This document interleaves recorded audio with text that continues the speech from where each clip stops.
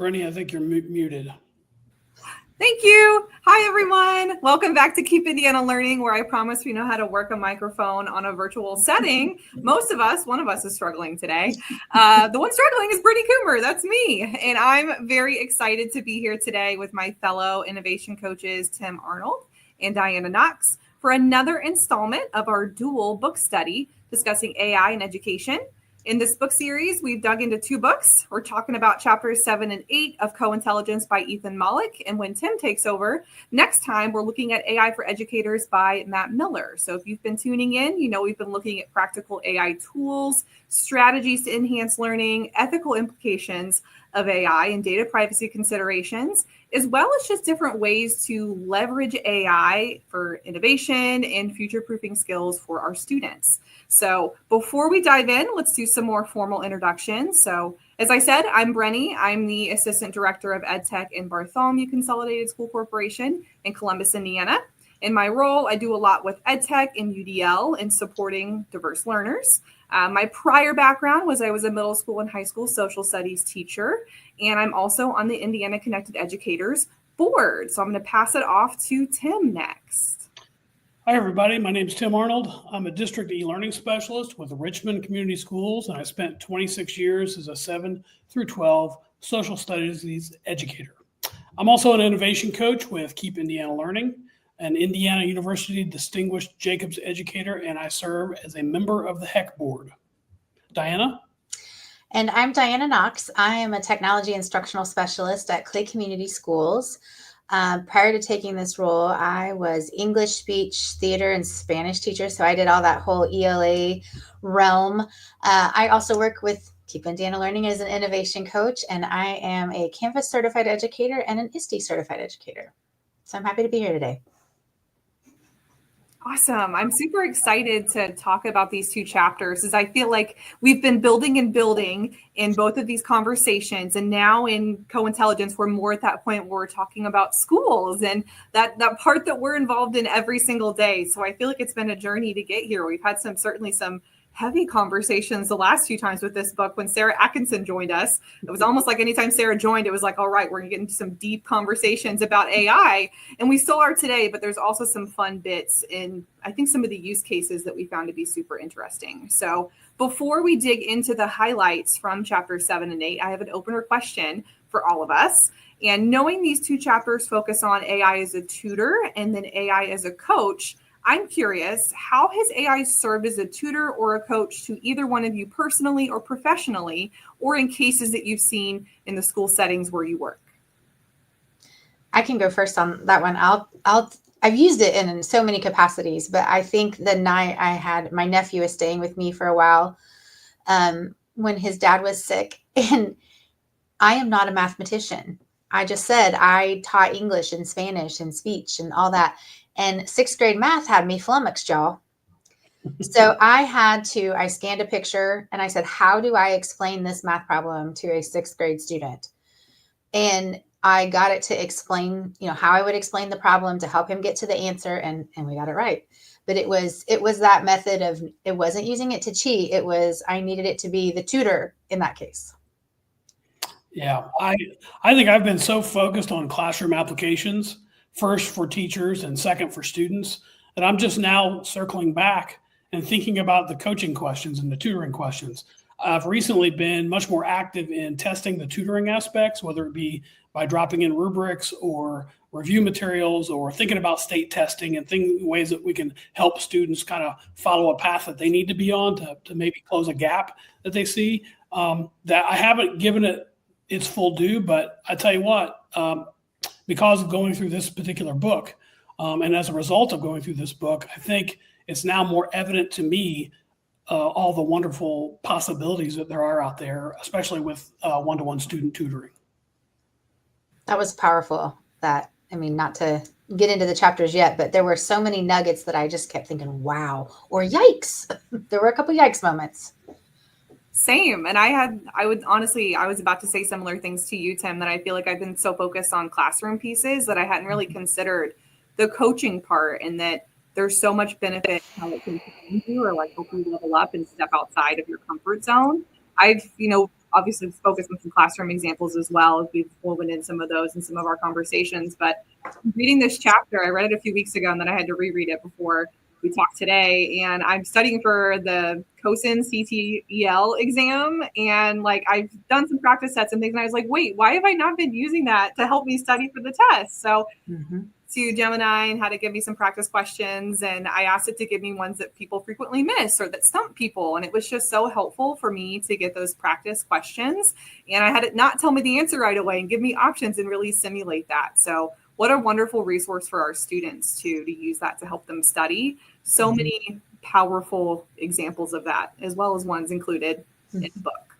We have not dove into a lot of classroom applications yet. We're trying to get some teachers on board, but I had a conversation with a student who he's using it in all the right ways. He pays for a pro chat GPT, but he used it to coach him for an interview for a very high profile scholarship and he got it. And I thought how smart of him to think that way as a high school senior.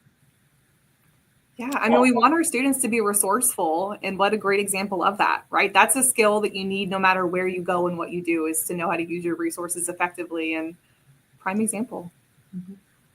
All right, so now that we are going to dig into the chapters, I see that we're already super excited about that. So chapter 7, AI as a tutor, we had some examples in our opening question here in our responses. So I know it opened with, Benjamin Bloom, one of our favorites in the education world, and talking about the power of a tutor.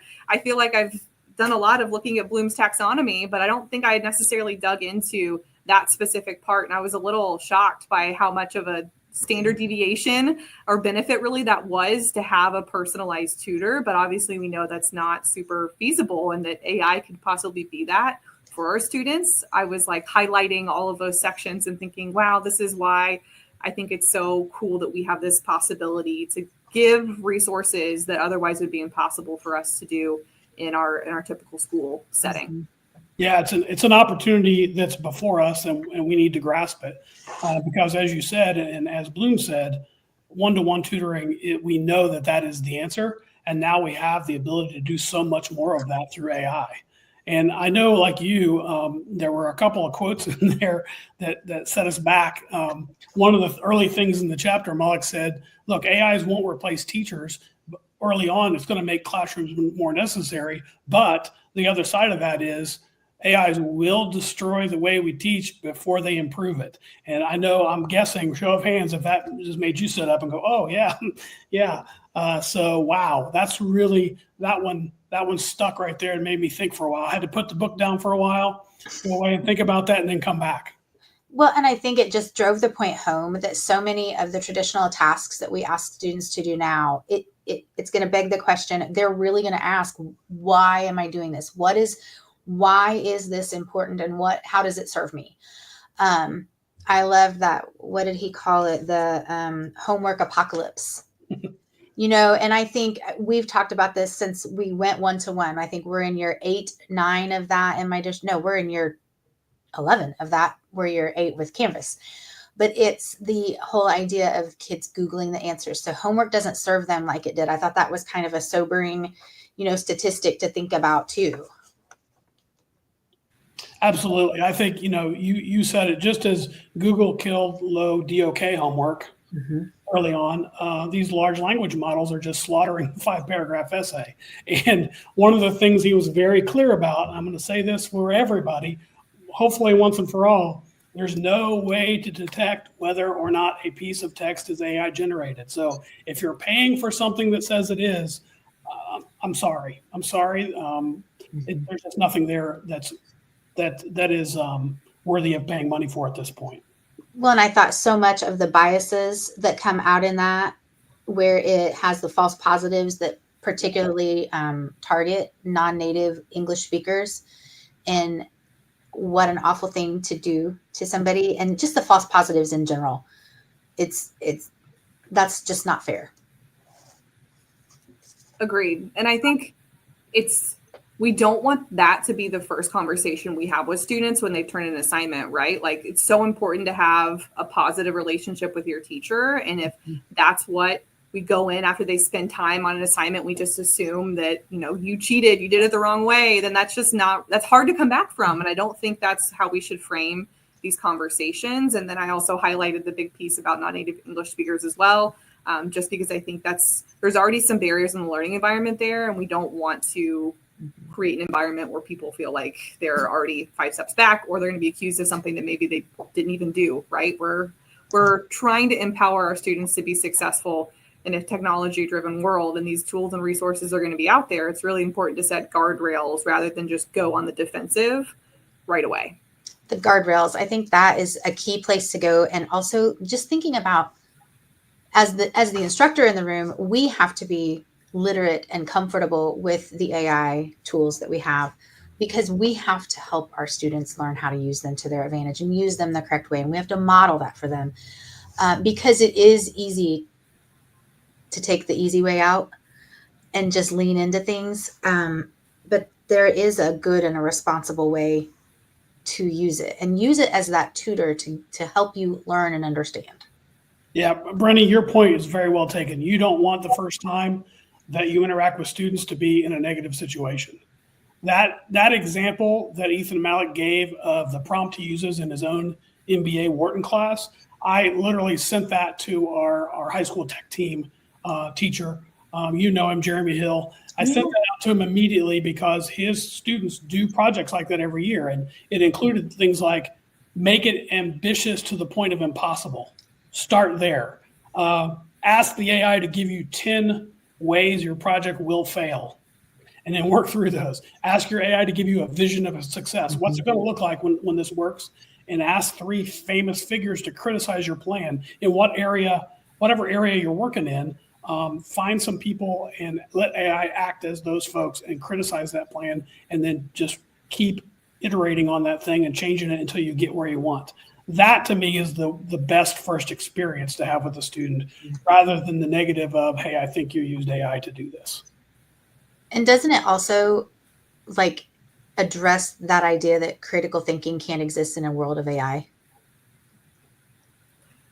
That's exactly what I was going to say, Diana. That's leveling up that assignment in a way that wasn't even possible before, right? Or would have taken forever to come up with that. And some students maybe would have gotten there and thought of those things, but now everyone gets that opportunity. If we're thinking about the SAMR model, which has been around for a while, that's totally redefining that assignment and setting the scope and the possibilities at a much higher level, and so much more critical thinking than just creating a project or creating a business plan, right? You're thinking through it in different ways that otherwise maybe you wouldn't have. When I liked, he told the story about when calculators first kind of came into that discussion and the conversation and the arguments. I was young enough then that I wasn't paying attention at that point, but the arguments that were brought up against calculators are the same things we're hearing now, 50 years later, 60 years later, in terms of AI in the classroom. And so we see that calculators did not kill the need to know math. The calculators didn't kill some of those thinking skills. So I think we can only transfer that same kind of thought into what artificial intelligence can do for our students. Agreed. And if you want a good laugh, I saw this in a presentation recently.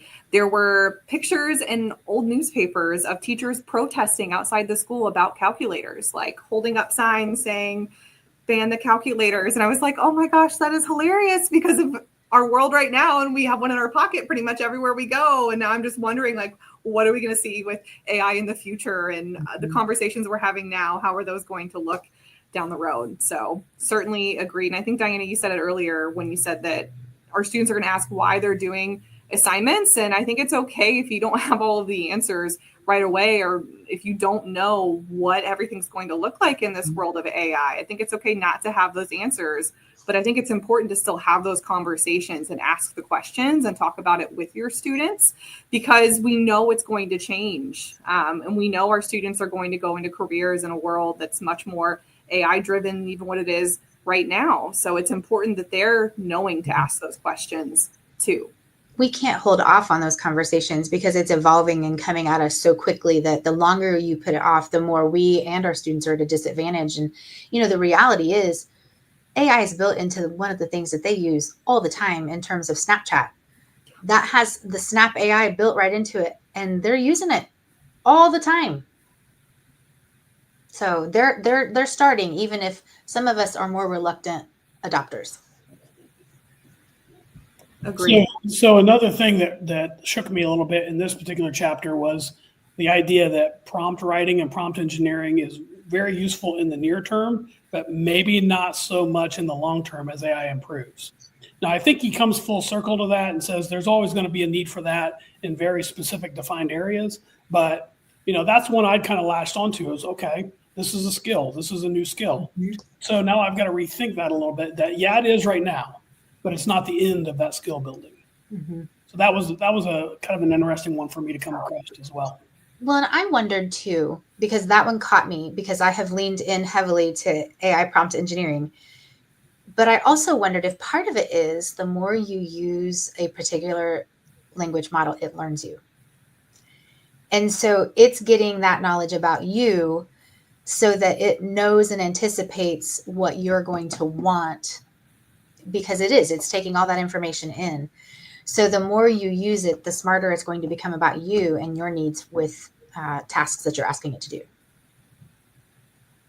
Agreed. Yeah, we're probably not very far from each of us having our own GPT, right? Right. We were at FETC and Guy Kawasaki from Canvas spoke, and he has his own, right? That he says does sometimes a better job of getting things rolling than he does. So, we know that's coming. That's going to be a little scary for everybody, but we got to prepare ourselves for it.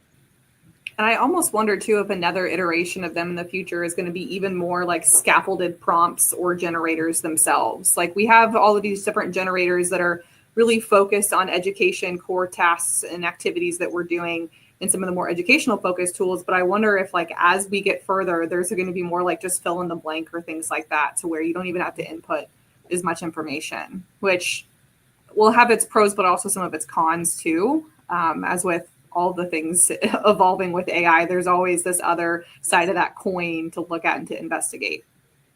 What did you think about the thought that AIs work more like people than software? So like they could, like, even though they can't think, they can't panic, they can't breathe, but that, different prompts when put into a manner like take a deep breath, don't panic, and do this, it had a good response. That one stuck with me.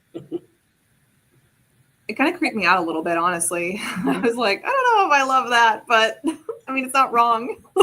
Yeah. How many of you use please and thank you when you write a prompt? Yeah, me too. I don't know why I started doing it. It just seemed polite, but that implies to me that I feel like I'm talking to someone, not a human, but someone who's functioning as a human in some aspect.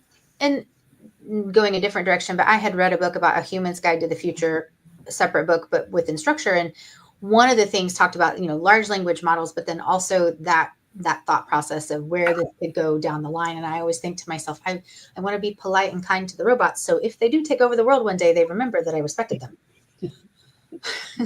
Nice. Yes.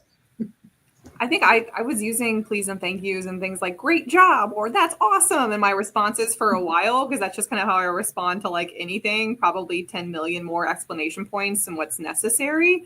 But then when I actually read a blog post that Matt Miller, the other book author that we're reviewing, that he did one on like Snapchat AI and anthropomorphizing AI, and that really like changed my perspective on it, and I stopped doing that. And I feel like my outputs have still been what I've wanted, but that was kind of a shift that I made personally. Anywho. Yeah, so we close out chapter 7 here with the idea of the flipped classroom, right? That active learning, flipped classroom, maybe a little more passive at home, but always active at school.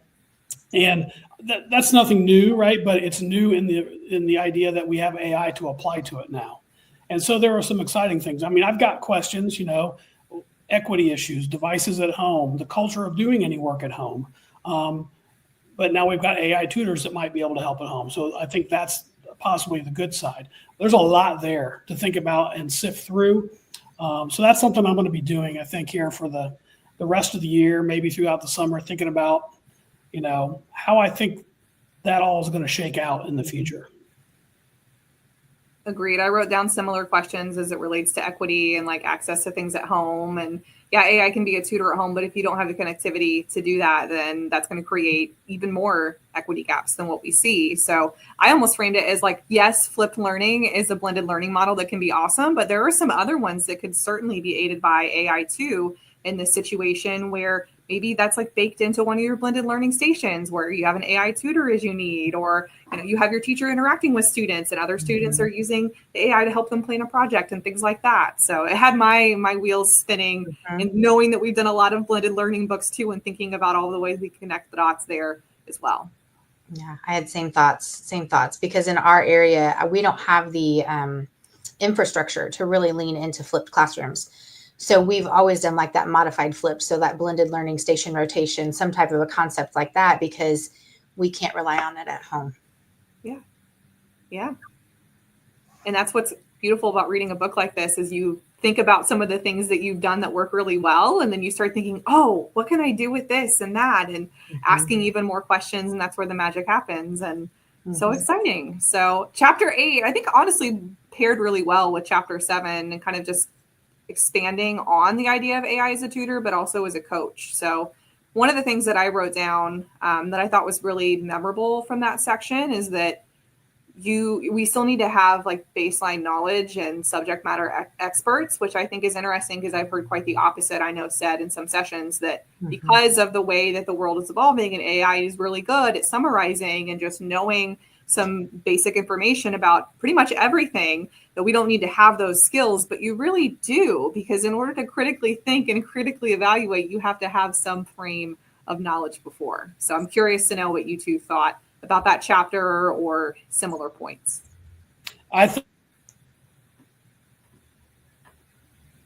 Okay, Tim froze for a second, so I'm going to jump in until he comes back. So I think leaning into those foundational skills, I think those are going to be so important in the long run.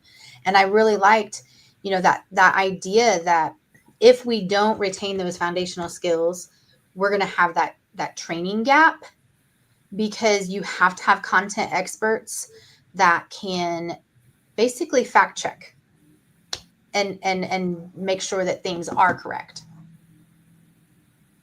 Agreed. I think that piece on type of practice was incredibly important to me. As a former coach, yes, that's exactly what we did. Deliberate, engaged practice with coaching and mentorship, right? We need a model like that applied to the classroom and applied to our students, because we know that we can close gaps. We know we can show quick improvements. So I enjoyed reading that part as well. Agreed. And I liked the bit about like it giving us immediate feedback or encouraging us to think about things differently too. You might not always have like that person there to help you do that, or if you're working late into the night and you just need a boost or need some feedback on something that you're working with, it's an immediate resource to do so. I think that's something sometimes we're lacking, because humans can't provide that feedback in that immediacy. If I have a classroom of 25, 27, 30, I'm afraid we're going to see class numbers go up, if we face some of these funding crises. And so that ability to get quick, immediate feedback in the short term, that can enhance that humanized feedback in the long term. Because if you compare those together, it can't be standalone.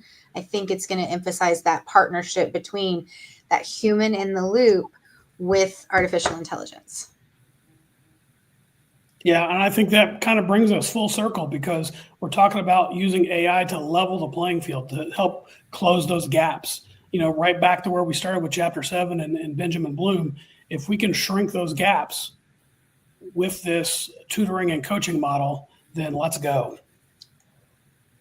Agreed. And that was a really good way to kind of like tie everything up in a nice, neat bow for us, Tim. I didn't even ask if you have like a cheesy AI pun or joke this time. Not for today. Not for today. You'll need to go back and watch our last session to make sure that you get the one from last week. Oh, I know. I need to. So shout out to Tim for always giving us some fun jokes. And then, tune in next time. So he has a little bit of a few weeks here before the next one. I'm sure he'll come up with something even goofier. But today he had more like a philosophical ending to our discussion, which I love. So Thank you all so much for joining today. Thank you, Tim and Dianna, for just a really refreshing conversation. I love talking with both of you, and I feel like I always learn something new every time that we chat. And my wheels are spinning with so many ideas from what you said. I'm energized and excited. I feel like we just need to all like meet together in person and just brainstorm all of these ideas from these book studies and just emerge with all of the world's problems solved, because I think that's what we're on the trajectory to do. So few discussion questions for you all as we sign off today. What has been your experience, our audience members, using AI as a learning tutor or as a coach to push you to step outside of your comfort zone? When has it been helpful? Maybe times that you've anticipated an outcome but got something different. And we talked a lot about how AI is projected to change the way that we teach and learn. What are your thoughts on this? And what changes have you already seen taking place in your environment and in your role? We would love to know. So follow us on the Keep Indiana YouTube channel. We have all these episodes there. You can join in next time or on social media. Ponder these questions and let us know. Tim is holding up our next segment in the series, AI for Educators, by the wonderful Hoosier educator, Matt Miller. That is what we have for you all today. We hope to see you next time. Thank you so much for joining.